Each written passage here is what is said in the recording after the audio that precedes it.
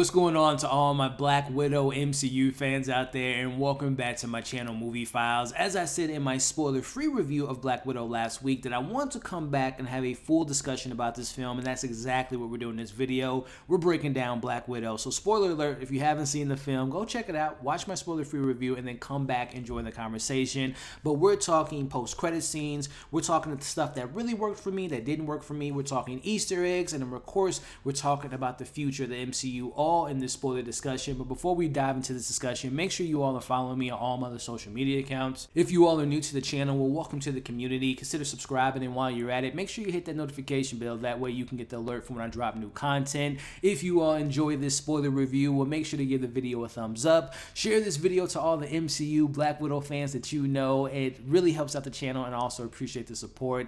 And in the comments, again, we're talking full spoilers, so let it loose in the comments, guys. Let me know the stuff that worked for you, that didn't work, your favorite moments, your least favorite moments. We're talking post-credit scenes. Which one did you prefer over the other?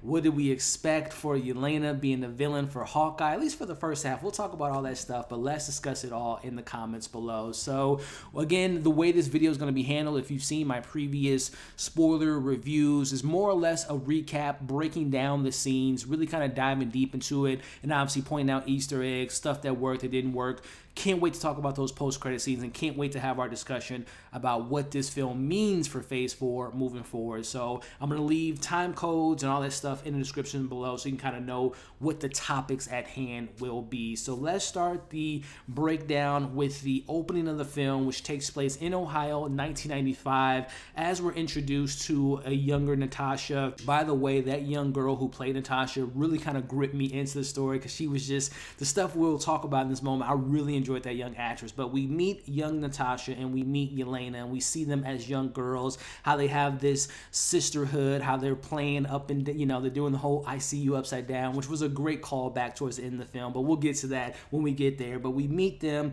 We also are introduced to Alexei, to Melina, as they are pretending to be this perfect family in Ohio. We learn that this is a mission. We find out very early, because once Alexei gets home, he looks at Melina, she kind of knows, okay, something's not right. Even the little girls know, and this is where it really, as I mentioned in my spoiler-free review, this is the stuff I like. This shows you Natasha has been through this before, because she already kind of knows the routine. Yelena knows the routine, like, hey, this is that moment that we talked about, girls. If we ever need to go on that long vacation, they knew exactly what to do as they're gathering up their belongings, more particularly their weapons, because it seems like Alexei, and whatever his mission was from Dreykov, has been, his cover's been blown, or, you know, it's just time to go, because it seems like the police are on to what's going on in the situation. I'm not really too sure what the mission at hand was. We know that he took that little floppy disk, which goes back to the 90s, but whatever that was on that information, I'm not too sure if they even elaborate on that, or if it even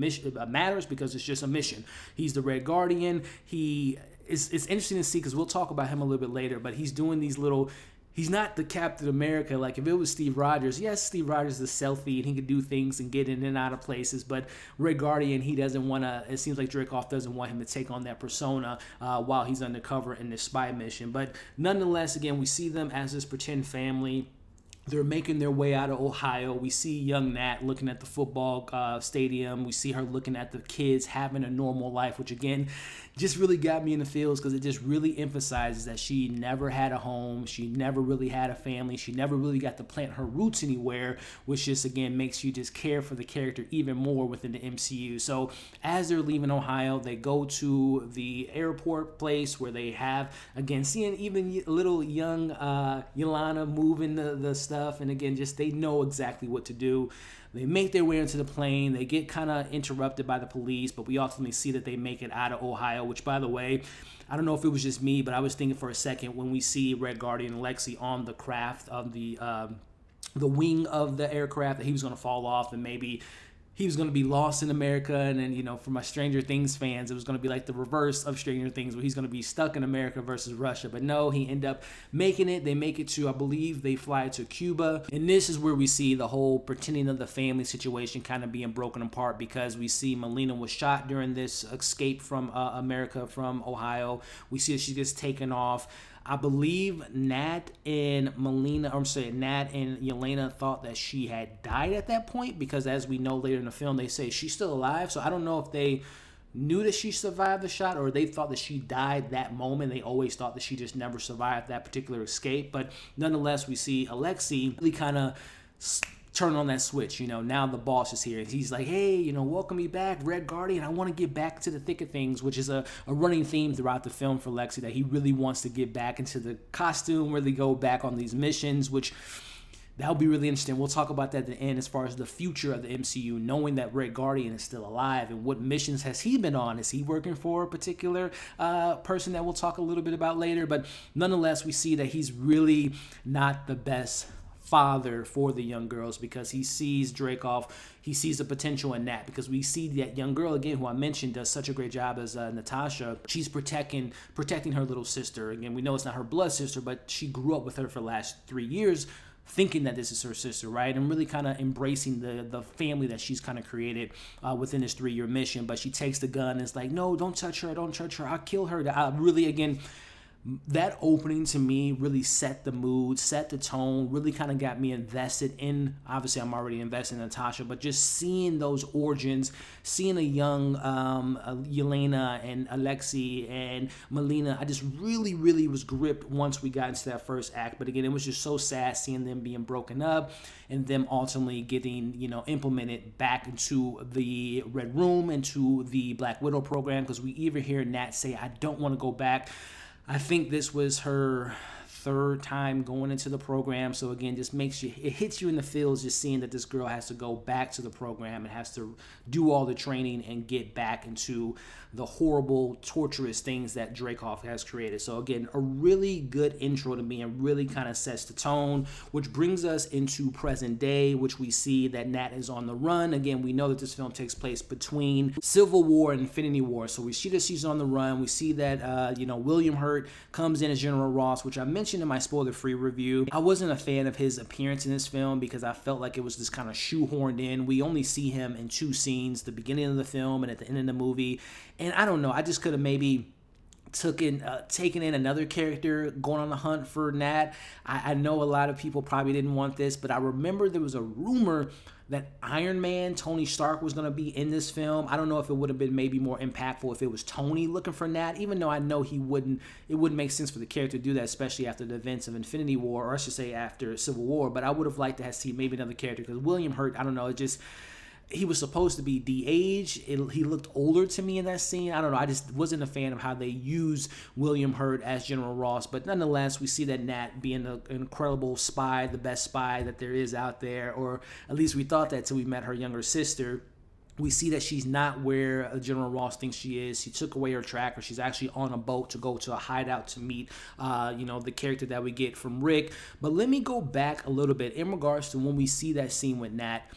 I guess it would have been nice to see from Civil War events, the last time we saw Nat, we know that she took down T'Challa, Black Panther, and the wing carrier when we see, obviously Cap or Steve and Bucky leave to go off to, obviously they think they're going to kill the Winter Soldiers, the remaining Winter Soldiers. But I wonder from that moment, was Nat just immediately on the run? Did Black Panther, T'Challa, and the rest of the people part of the Covius Accords, they didn't take Nat in? Like, how did she get away? Which we'll talk about plot holes a little bit later in regards to Nat getting away from General Ross at that first post-credit scene. But nonetheless, I just wish we would have seen maybe a little bit more context of how she was able to escape Black Panther and T'Challa once she took him down at the hangar. But just a little nitpick there. But nonetheless, we go from that scene, we transition to seeing the adult version of Yelena as she is on this mission with her other Black Widows, as they're on the mission to capture a rogue Black Widow that seems to have this antidote that we later find out about.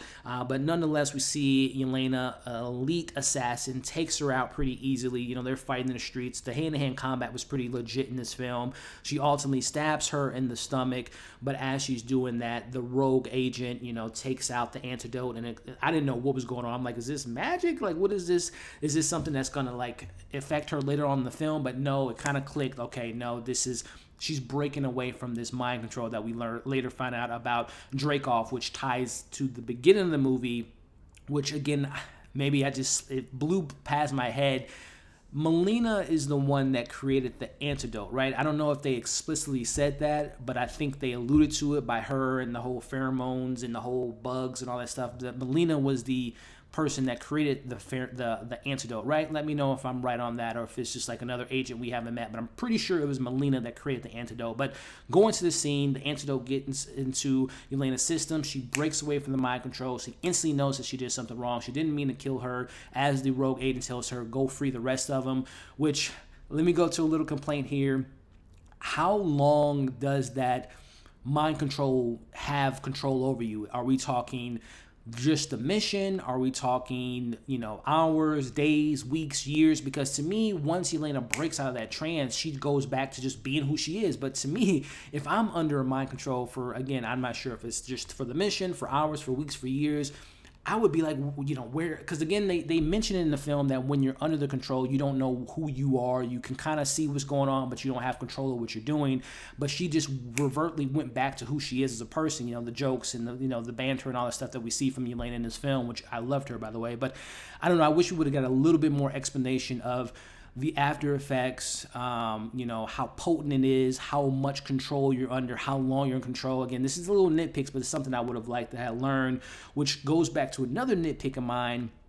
That scene, it might just be me, but that scene felt like it was just like in the middle of a scene. Like I wish we would have seen the mission report, a la, this film is very heavily influenced by Winter Soldier, and obviously Cap getting the mission, going down from the plane. I would have liked to have seen the mission be set up versus just being thrust into the mission, because it felt like an incomplete scene for me personally. But nonetheless, just my little nitpicks. Let me know what you all thought of that sequence of meeting Yelena and also getting the antidote being given to her and knowing that this is going to be kind of the mission of the film. So cut back to Nat, who's still on the run. She goes to her hideout. She meets Rick, who is played by OT, who I mentioned in my non-spoiler review. I thought that was a wasted character.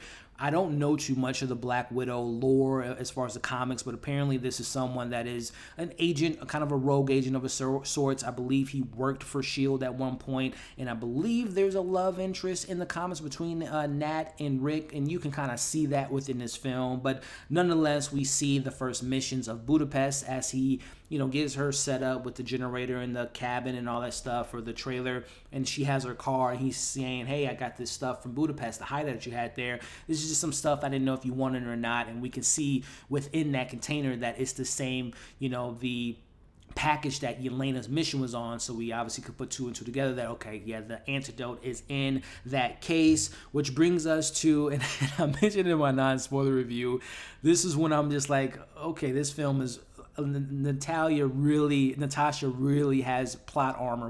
And this is why I'm not the biggest fans of like bringing characters back for a prequel, because we know that she wasn't going to die in this movie, because we know she dies in Endgame. But I mean, some of the stuff was just kind of ridiculous, and this is one of the ridiculous moments. We see that she's on the bridge, and ultimately Taskmaster shoots her with a RPG, and the car flips over and almost lands into the water, but obviously the bridge holds her up. But I'm thinking to myself, how is she able to be conscious? How the hell did she survive? It just didn't make any sense. I know that the mission wasn't to kill her, it was just to get the actual antidote, but I'm thinking in my head, if the Taskmaster is under the mission to get the antidote, but comes across Natasha, who Dreykov was looking for, who also results in his reveal that it's his daughter, why wouldn't the mission be to kill the person that has the antidote as well as getting the antidote? That made no sense to me, but plot hole. Convenience, because again, Natasha has plot armor throughout the entire film. That's one instance, but we see this nice hand-to-hand combat between Natasha and Taskmaster. Again, we know, if you guys are familiar, Taskmaster is one of my favorite villains within the comics, and also just a cool character in general, but they mimic he in the comics, but she in this film mimics the movements and the motion of whoever their opponent is, so that the Taskmaster knows, Hawkeye, all the Avengers moves, all the characters that he's able. I keep saying he because it's a he in the comics, but in this film, Dreykov's daughter knows Natasha's moves. So it was so cool to see the callbacks to this superhero Natasha landing, which was a great joke with her and her younger sister. But, she has the advantage at hand. Natasha ultimately, grabs the container because she realizes, oh, I'm not the mission, it's the antidote. So we do the Natasha great spy. She's able to take it out of the case, thinking that Taskmaster has it, but ultimately he throws her off of the bridge, realizing that she has the antidote at hand, which brings us to cutting to Budapest, which This was a moment I was really excited for because we know about Budapest. We heard about it in the first Avengers. I think they even mentioned it in, was it Age of Ultron? And there might have been another film that they mentioned Budapest, but it's something like, okay, what happened in Budapest? Well, we get a little bit of hint of it. We don't actually, we get a scene, we get a flashback of young Natasha and what she did in Budapest with her and Clint, and we find out that that mission was actually a way for her to ultimately get into becoming a SHIELD agent, because it's like the last thing, her last ledger, her last mission to kind of get her into this new organization, which is kind of a weird way to get into this, you know, good organization with SHIELD, that they have to kill someone in order to get into the mission. Very gang oriented, but again, we know SHIELD is not as clean as we thought they were, you know, especially with Hydra taking them over. But nonetheless, we cut to Budapest, and this was a pretty cool scene because we see Yelena and Natasha going toe to toe because they can't trust one another. They haven't seen each other in years. They're fighting, throwing. I mean, that hand-to-hand combat reminded me so much of Jason Bourne, the Ultimatum, when he was fighting that assassin in the bathroom. That close hand-to-hand combat. I thought that the choreography was really well done. But you know, they say they have their sister fight, and they ultimately, you know that they can trust each other. They're having a conversation, and this is where Yelena tells Natasha that, hey, you thought you killed Dreykov? Did you check the body? Did you check to see if you killed him? And she says, well, I didn't have to, because we later find out that she thought that she blew him up or set up bombs or whatnot, which, you talk about plot conveniences. How the hell Dreykov's daughter survived, how he survived, I have no clue how you survived an explosion set by an elite assassin, whatever, which brings me to, you know, not to fast forward to the ending, but I'm pretty sure Dreykov might still be alive because he blew up an airplane. But let's see if he comes up later in, you know, a Hawkeye or a Black Widow sequel being led by Yelena. But nonetheless, they come under attack by the other Black Widows, which, I'm not going to lie, another kind of nitpick of mine and kind of con of the film. The Black Widows that were like chasing Yelena and Natasha throughout the film were kind of weak. Again, I know Yelena and Natasha are the best of the best. You know, Natasha's an Avenger, you know, all that stuff. But they just didn't seem that menacing to me, like, at all. Like, I know they're not super soldiers or whatnot, but they just kind of felt like that was like their first mission. But apparently they've been, you know, trained since they were little girls. So neither here nor there, I wasn't the biggest fan of the use of the Black Widows. Even though I love the diversity within the women that were Black Widows, I just found it to be a little bit underwhelming as far as the menacing nature of those characters. But let me go back a little bit, because there's actually an Easter egg going to Clint Barton, Hawkeye, as Yelena mentions, what kind of bullet holes are that in the wall? And she mentions to her, well, no, those aren't bullet holes, those are arrows, which goes back to the whole Budapest. And Natasha telling us that this was like a 3-4 day mission. It was like the whole city was looking for them. So again, I would love to have seen that Budapest scene, but you know, we got budgets, we got time restrictions that really can't dive into that. But as we kind of cut through, family reunions kind of cut short because the Black Widows are there. We get a really cool set piece as the Black Widows are chasing them. They kind of unhook that little piping thing, and we see one of the Black Widows falls and she breaks her leg, and then Natasha's trying to save her, but she kills herself because she's under Dreykov control. And this is when Yelena say, well, do you believe me now that Dreykov, the Red Room, the Black Widow program is still working? So we know this is the mission of the film. We have to get the antidote to the rest of the girls to free them, but also at the same time, we have to take out the Red Room. We have to take out the Black Widow program. We have to now officially kill Dreykov. So that's kind of the mission at hand and the story at hand. As we get another cool action set piece, this is the, again, Jason Bourne, Winter Soldier vibes. They're on the streets of Budapest being chased by some of the Black Widows, and we see the whole sister banter between the two as we see it in the commercials and obviously see it in the film. Yelena is just like, what's the plan? What are you going to do? And I love their back and forth. They really had really great chemistry. But we see that they ultimately take out one of the Black Widows, but Taskmaster, who, as I mentioned in my non-spoiler review, is supposed to be the Winter Soldier of this film, supposed to be menacing, supposed to be undefeatable.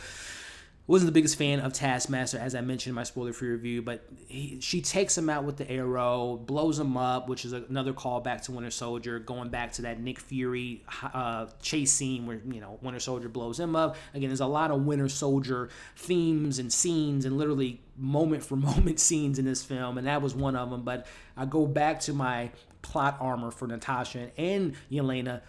They get blown off the street underground to a train station.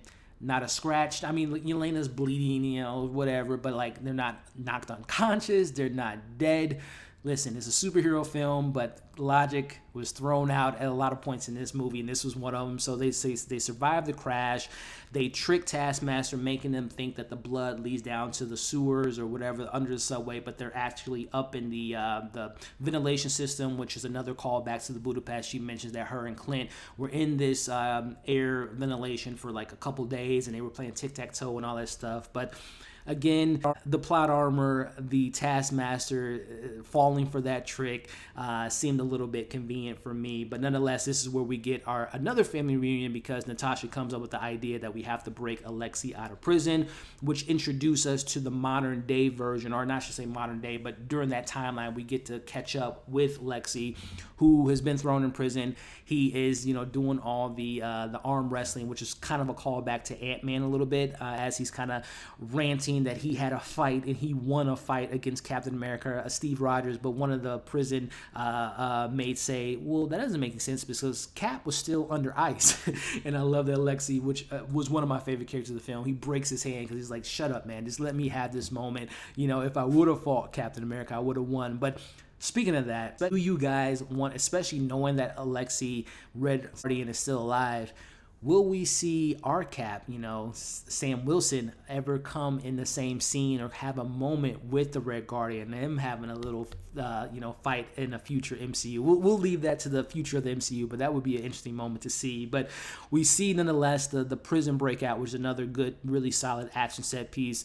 Alexei, gets the, which was, I mentioned in my spoiler-free review, kind of Iron Man moments. This was kind of an Iron Man 2 prison breakout as they break, Alexei out, and he's raiding through the jail. They come with the helicopter. She's, at this point in the film, Black Widow, Natasha has her white outfit, which was so badass, very 007. It's very comic book accurate, but also just reminded me like of a 007, ice, snow surrounding type of environment.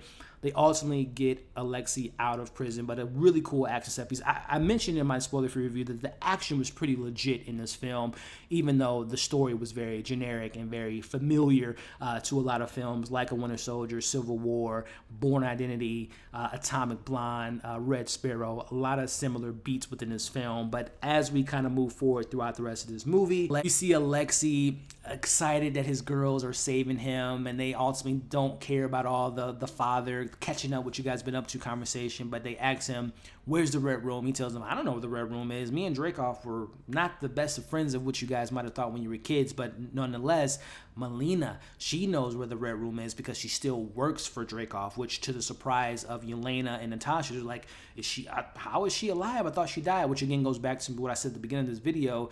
Did they think that she died based on that 3-year mission when they thought she was shot and they didn't see her again, or did they thinking of another mission? I'm not too sure, but she catch up to Melina, who's on her own independent farm. She's training her pigs, which is a great way to show kind of how she used these girls as lab rats, to test these pigs to try to train them to be dogs. But it just kind of shows you her kind of origins of a sense, because in the comics, if I'm not mistaken, from what I was able to gather in the research, that Iron Maiden is her name in the comics. She is more of a villain that has some good moments, kind of anti-hero comic book origin. So again, just seeing her kind of evil side of the character, but ultimately goes back to being good, because the whole theme in this film is kind of making up for your mistakes. So if I am to assume that she was making up for her mistakes, she was that person that created that antidote. But going back to the family reunion, we see a really funny scene of Alexei putting on his Red Guardian costume. The whole joke of them being together as a family, but really the heart and soul of this moment is when Yelena, as Natasha says, it wasn't real. I don't care about the family we pretended to be. We were never a family. But we see Yelena say, it was a family to me. It meant something to me, right? This was my real family. As we learned earlier in the movie that they both had families prior to this. I believe Yelena says she was sold off, and Natasha, she learns out in this scene, which it'll be interesting to see if they reveal this later on, that her mother was kind of a hothead, someone that didn't take no for an answer, very similar to Natasha.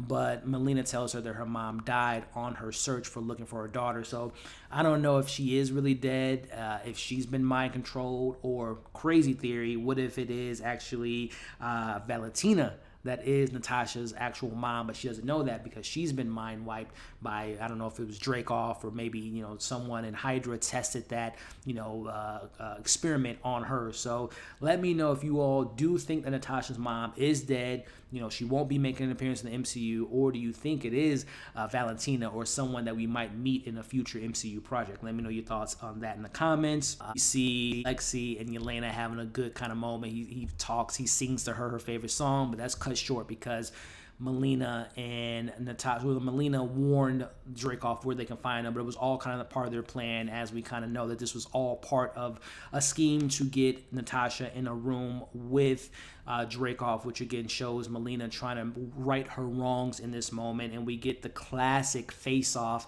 Mission Impossible Winter Soldier moment where we think that is Melina talking to Dracoff, but it's actually Natasha as Melina's talking to Lexi, and they have a kind of a funny moment there. But she takes her face off, and this is where we get the identity of who Taskmaster is. I saw from a mile away. Once we got that flashback of Dracoff dying and his daughter dying, I'm thinking to myself, she's not dead. And again, this is a great callback, by the way, of the whole Dracoff's daughter. That goes back to the conversation that Loki had with Natasha in the first Avengers 2012. But nonetheless, we see that it is Dracoff's daughter that is the Taskmaster, which I don't care if she's a man or a woman, but that moment just felt so unearned, felt so generic, just felt like, of course, it's his daughter, and he's using his daughter as a weapon. And you feel, don't get me wrong, you feel bad for, I can't remember his daughter's name, Dracoff's daughter, but to me, the way I felt about Taskmaster's reveal, their origins, how they came to be, was very similar to how I felt about Ant-Man, the Wasp, and Ghost. You feel bad for the little girl losing her family and all that stuff, and that whole story that we got with Ant-Man, but it didn't resonate with me. It didn't really speak to me emotionally. I just felt like it was just kind of pointless and lackluster, and Taskmaster, honestly, throughout the film was not who I wanted the Taskmaster to be in regards to what it meant to the film. Again, I was hoping that this was going to be like Winter Soldier, Bucky type of Winter Soldier, like you don't want to come across a Taskmaster. I never really felt that sense of menacing nature of the character. I'm glad they didn't kill her off, Taskmaster. I'm excited to see what they do with the character, and we'll leave that towards my theories and future of the MCU, but I just wasn't the biggest fan of that ultimate reveal. Wrap up the end of the film, we get this fight between Taskmaster and Red Guardian, which was cut so poorly. Again, Taskmaster was just so underutilized. Also, Melina was really underutilized as well. There's a lot of wasted characters, like I mentioned in my spoiler-free review, and those were two of them. But as they're fighting, Natasha is, she breaks her nose, which I hate when people break stuff in films, so I get cringe about that. But she breaks her nose to break the pheromones because she can't fight or hurt Dracoff because of the experiment that he had. And if you get close to him, if you smell him, you can't harm him. Really kind of silly. And Dracoff, I'm not a fan of that villain, and just a wasted character. And again, I hate when villains give you their master plan. Why did you have to tell Natasha that you have this whole network around the world and how you're gathering up these girls to become Black Widows? That didn't have to be said. Like, you didn't have to tell her. You could just killed her.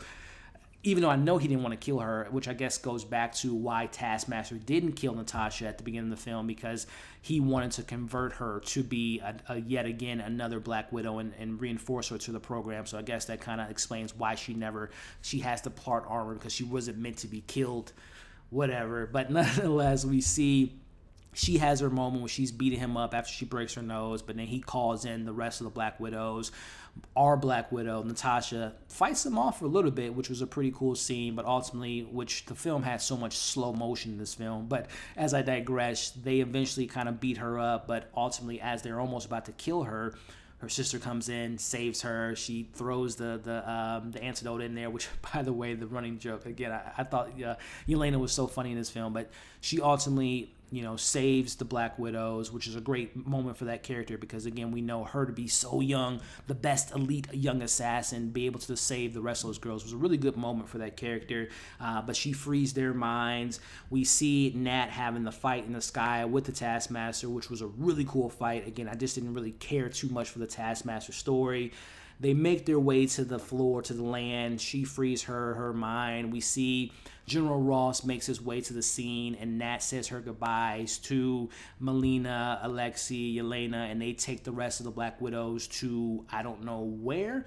where have they been? We could have used maybe some Black Widows in Infinity War to take on Thanos and the Outriders and all that, but they were off doing something else. Maybe they work for Julia's character, Valentina, but they're safe.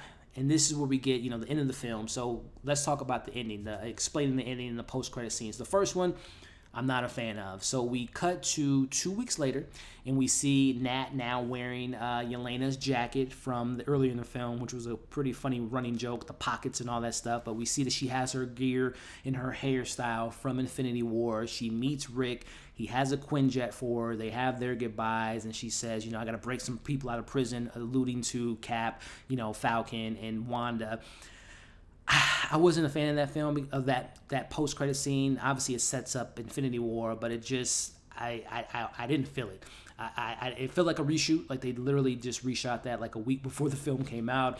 And it didn't make sense to me because, yet again, Natasha is able, I understand she's an elite assassin, she's an elite spy, but General Ross, when he captured her at the end of the movie, how did she get away from him? Did he not put her in the rift that he puts all the supervillains and all the bad people in? Obviously, this is a side note. Abomination's able to escape because we saw him in the Shang-Chi trailer.